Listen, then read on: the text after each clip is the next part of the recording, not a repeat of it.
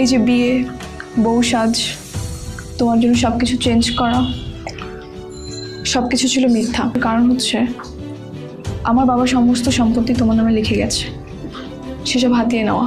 কিন্তু আমি পারবো না তোমাকে ঠকাতে। আর সরি ফর এভরিথিং। যাক, সত্য কথা বলে অনেক ভালোই করেছো। বা আরও কিছু সত্য কথা জেনে রাখো। তুমি রান্না পারো কিনা, তুমি চা বানাতে পারো কিনা, এটা মেনুটাই নয়, তোমার মধ্যে ইচ্ছা আছে কিনা সেটা ইম্পর্টেন্ট। আমি যখন অসুস্থ হব তুমি আমার সেবা যত্ন করবে কিনা, আমার জন্য রান্না করবে কিনা, সেটাই দেখতে চেয়েছিলাম। তোমার ছেলে ফ্রেন্ড থাকা যাবে না এটা ভুল, তোমার ছেলে ফ্রেন্ড থাকতেই পারে, এটাতে কোনো সমস্যা নেই, কিন্তু তুমি তোমার স্বামীর কথায় কতটা সম্মান করতেছো সেটা দেখার বিষয়। This for you. এটা নতুন মেনু।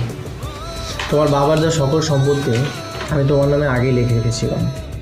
ভালো থেকো বাবা, চল।